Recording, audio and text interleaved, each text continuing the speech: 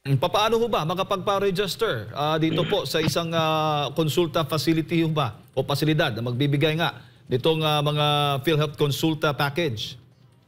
Ay, magandang tanong po yan, no? Sapagkat kailangan po kasi ayon sa batas ay tayo po ang pipili ng konsulta provider, no? Batay po yan sa kagustuhan ng miyembro. Yung listahan po ng atin pong konsulta providers nationwide, no? May mga 2,500 na ho kami na na-accredit. Pipili po tayo doon sa listahan na yon at makikita po yung listahan na yan sa ating website o kung hindi man, kung meron na ho tayong account, no, sa ating PhilHealth member portal, doon maaari po natin makita yung listahan ng mga providers. Ngayon, pipili po tayo. No, normally, siyempre, pinipili natin kung saan tayo nakatira, di ho ba? O kaya kung saan malapit yung pinapasukan natin na trabaho.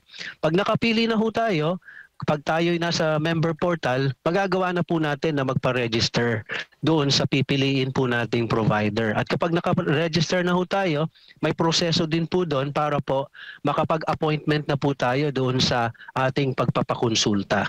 May yung mga dadalhin ng mga magpapa-register. Ano-ano ho ba?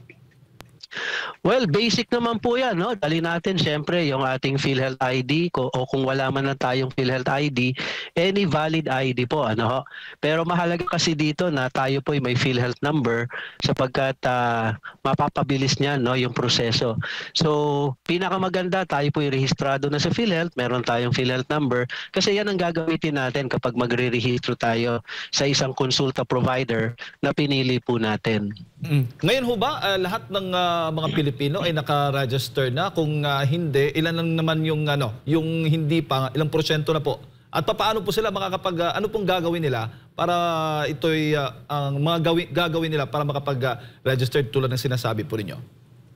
Well, I think around 19 no, to 20 million na mga kababayan natin na na-register no, sa PhilHealth Consulta.